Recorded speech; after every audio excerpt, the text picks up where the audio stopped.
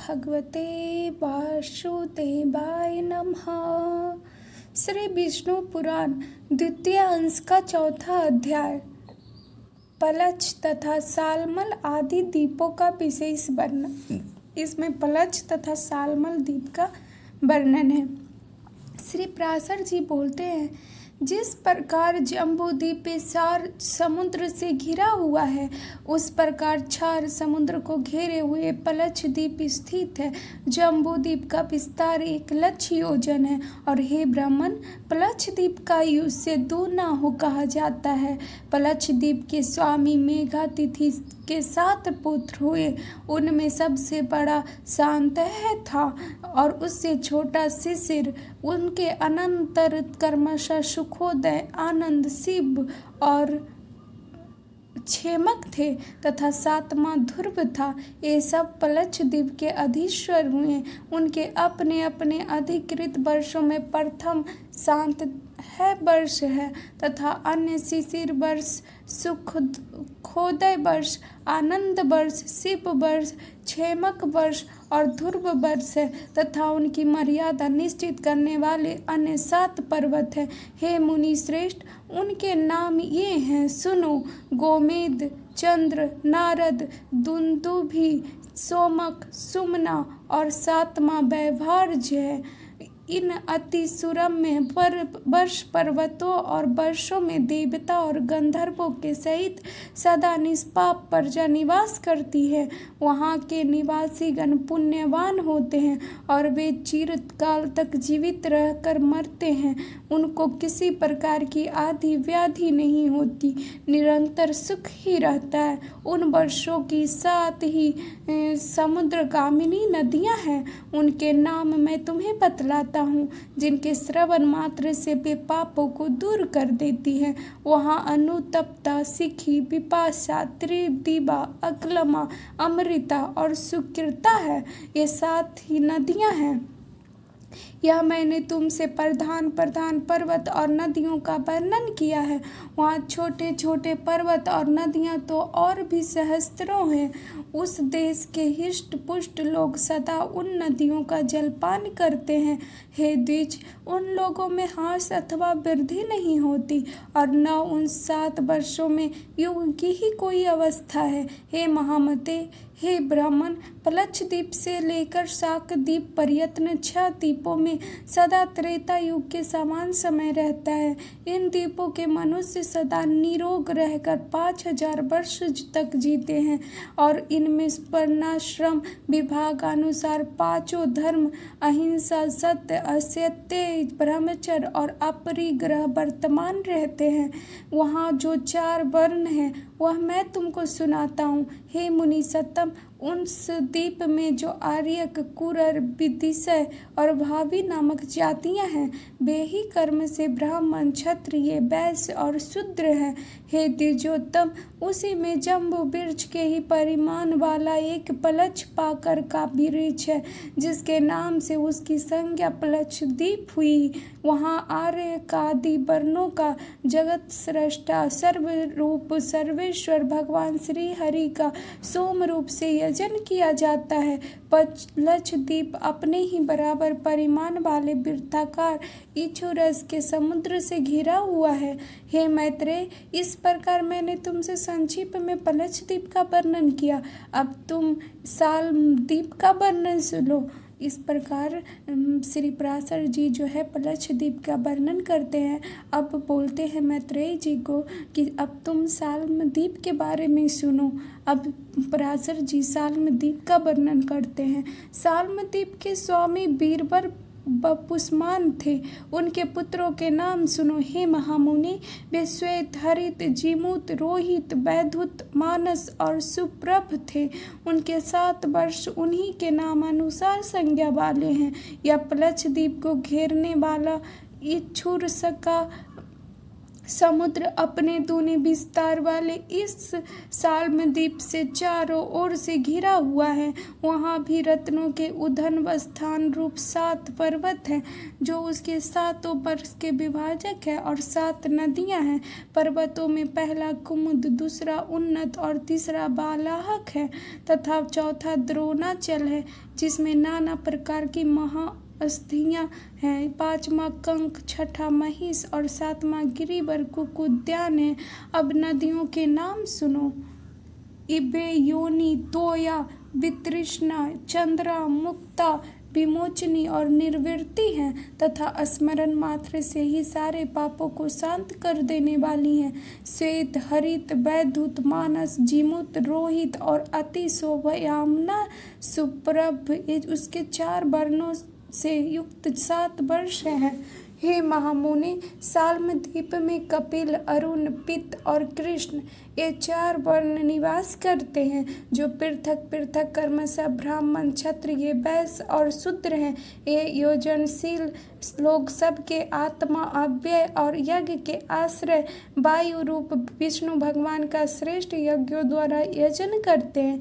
इस अत्यंत मनोहर द्वीप में देवगण सदा विराजमान रहते हैं। इस सालमल सेमल का एक महान वृक्ष है, जो अपने नाम से ही अत्यंत शांतिदायक है।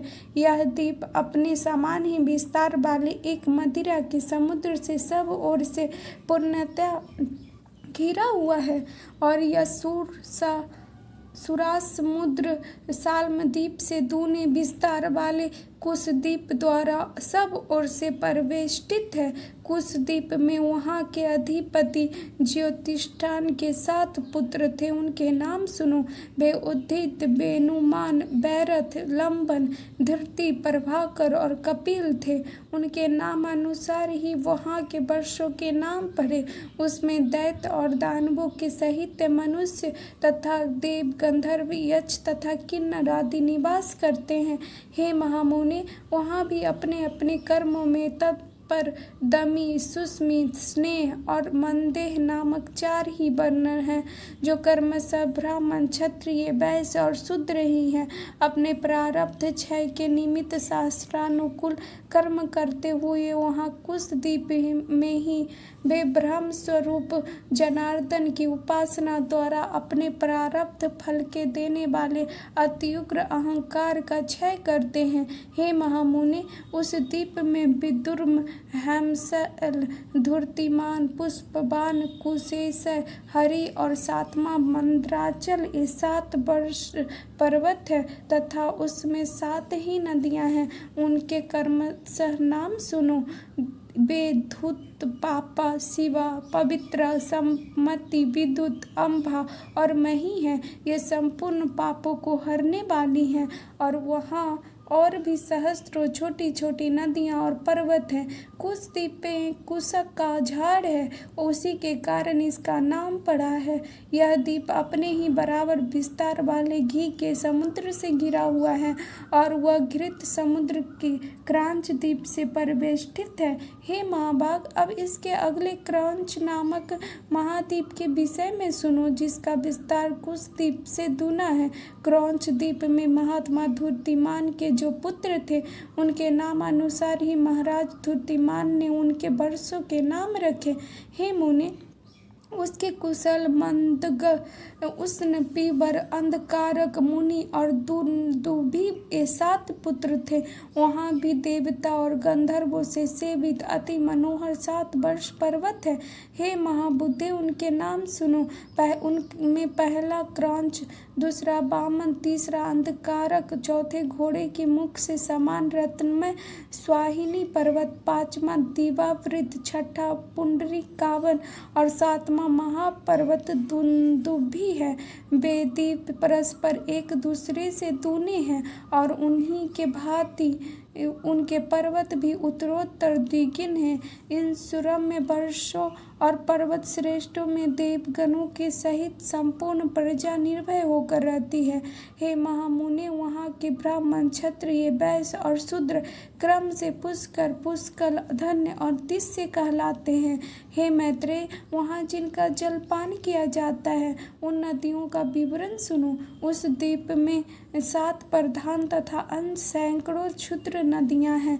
वे 7 वर्ष नदियाँ गौरी, कुमुदिती, संध्या, रात्रि, मनुजवा, शांति और पुंडरीका है। वहाँ भी रुद्र रूपी जनार्दन भगवान विष्णु पुष्करादि वनों द्वारा यज्ञ से पूजा की जाती है। यह क्रांच द्वीप चारों ओर से अपने तुल्य परिमाण वाले दढ़ी मट्ठे के समुद्र से घिरा हुआ है। और हे महामुने, यह मट्ठे का समुद्र भी शाकद्वीप से घिरा हुआ है, जो विस्तार में कांच द्वीप से टूना है। शाकद्वीप राजा महात्मा भव के भी 7 ही पुत्र थे। उनको भी उन्होंने पृथक पृथक 7 वर्ष दिए। वे 7 पुत्र जलद कुमार, सुकुमार, मरीचक, कुसुमोद, मौदाकी और महातुर्म थे। उन्हीं के नाम अनुसार वहाँ क्रमशः 7 वर्ष हैं और वहाँ भी वर्षों का विभाग करने वाला 7 ही पर्वत है। द्विज, जहाँ पहला पर्वत उदयाचल है तथा दूसरा जलाधार तथा अन्य पर्वत रैवतक, श्याम, अस्ताचल, अंबिके और अति सुरम्य गिरि श्रेष्ठ केसरी हैं। वहाँ सिद्धि और गंधर्वों से सेवित एक अति महान शाक वृक्ष है, जिसके वायु का स्पर्श करने से हृदय में परम आह्लाद उत्पन्न होता है। वहाँ चतुर्वर्ण से युक्त अति पवित्र देश और समस्त पाप तथा भय को दूर करने वाली सुकुमारी, कुमारी, नलिनी, धेनुका, इच्छु, वेणुका और गभस्ती, ये 7 महापवित्र नदियां हैं। हे महामुने, इनके सिवा उस द्वीप में और भी सैकड़ों छोटी छोटी नदियां और सैकड़ों हजारों पर्वत हैं। स्वर्ग भोग के अनंत पर जिन्होंने पृथ्वी की तल पर आकाश, जलद आदि वर्षों में जन्म ग्रहण किया है, वे लोग प्रसन्न होकर उनका जलपान करते हैं। उन 7 वर्षों में धर्म का ह्रास, पारस्परिक संघर्ष, कलह अथवा मर्यादा का उल्लंघन कभी नहीं होता। वहाँ मग, मागध, मानस और मंदग एक 4 वर्ण हैं। इनमें मग सर्वश्रेष्ठ ब्राह्मण है, मागध क्षत्रिय है, मानस वैश्य है और मंगध शूद्र है। हे मुनि, शाक के द्वीप में शास्त्रानुकूल कर्म करने वाले पूर्वोक्त 4 वर्णों के द्वारा संयत चित्त से विधि पूर्वक सूर्य रूपधारी भगवान विष्णु की उपासना की जाती है। मैत्रेय, वह शाक द्वीप अपने ही बराबर विस्तार वाले मंडलाकार दुग्ध के समुद्र से घिरा हुआ है। और हे ब्राह्मण, वह क्षीर समुद्र से शाक द्वीप से तूने परिमाण वाले पुष्कर द्वीप से परिवेष्टित है। पुष्कर द्वीप में वहाँ के अधिपति महाराज सब न के महावीर और धातकी नामक 2 पुत्र हुए, अतः उन दोनों के नामानुसार उसमें महावीर खंड और धातकी नामक 2 वर्ष हुए। हे महाभाग, उनमें मानसोत्तर नामक एक ही वर्ष पर्वत कहा जाता है, जो इसके मध्य में वलयाकार स्थित है तथा 50 सहस्त्र योजन ऊंचा और इतना ही सब और गोलाकार फैला हुआ है। यह पर्वत पुष्कर द्वीप रूप के गोल के मानो बीचों बीच विभक्त कर रहा है और इसमें विभक्त होने में 2 वर्ष हो गए। उनमें से प्रत्येक वर्ष और यह पर्वत प्रलयकार भी है। वहाँ के मनुष्य रोग, शोक और रोग देश रहित 10 सहस्त्र वर्ष तक जीवित रहते। हे द्विज, उनमें उत्तम, अधम अथवा बद्ध, बधक आदि भाव नहीं है और न ही उसमें ईर्ष्या, असूया, भय, दोष और लोभादि दोष ही है। महावीर वर्ष मानसोत्तर पर्वत के बाहर की ओर है और धाता की खंड भीतरी ओर। इसमें देव और दैत्य आदि निवास करते हैं। 2 खंडों से युक्त उस पुष्कर द्वीप में सत्य और मिथ्या का व्यवहार नहीं है और न उसमें पर्वत और तथा नदियाँ ही हैं। वहाँ के मनुष्य तथा देवगण समान वेश और समान रूप वाले होते हैं।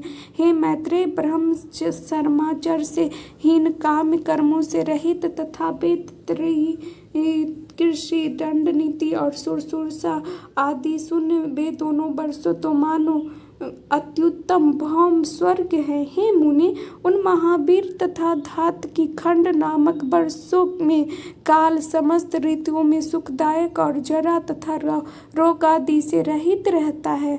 पुष्कर द्वीप में ब्रह्मा जी का उत्तम निवास स्थान एक क्रोध बट वृक्ष का है, जहाँ देवता और दानव आदि से पूजित श्री ब्रह्मा जी विराजते हैं। पुष्कर द्वीप चारों ओर से अपने ही समान विस्तार वाले मीठे पानी के समुद्र से मंडल के समान घिरा हुआ है। इस प्रकार सातों द्वीप सात समुद्र से घिरे हुए हैं और वे द्वीप तथा उन्हें घेरने वाले समुद्र परस्पर समान हैं तथा उत्तरोत्तर दूनी होते गए। सभी समुद्रों में समान जल रहता है, उसमें कभी न्यूनता और अधिकता नहीं होती।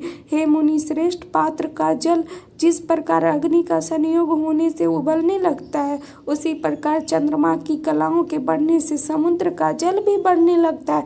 शुक्ल और कृष्ण पक्षों में चंद्रमा के उदय और अस्त से न्यूना की न होते हुए जल घटता और बढ़ता है।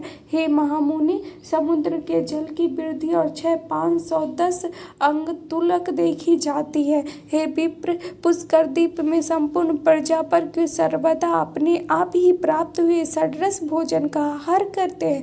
स्वाद दूरक मीठे पानों का समुद्र के चारों ओर लोक निवास से शून्य और समस्त जीवों से रहित उससे दूनी सुवर्णमयी भूमि दिखाई देती है। वहाँ 10 सहस्त्र योजन विस्तार वाला लोक का लोक पर्वत है। वहाँ पर्वत ऊंचाइयों में भी उतने ही सहस्त्र योजन है। उसके आगे उस पर्वत को सब ओर से आवृत कर घोर अंधकार छाया हुआ है तथा वह अंधकार चारों ओर से ब्रह्मांड का टाह से आवृत है। हे महामुनि, अंडकाटाह के सहित द्वीप, समुद्र और पर्वत आदि युक्त यह समस्त भूमंडल 50 करोड़ योजन विस्तार वाला है। हे मैत्रेय, आकाश आदि समस्त भूतों से अधिक गुण वाली यह पृथ्वी संपूर्ण जगत की आधारभूता और उसका पालन तथा उद्यम करने वाली। इस प्रकार वर्णन करते हैं, विस्तृत वर्णन करते हैं पराशर जी श्री मैत्रेय जी को। इति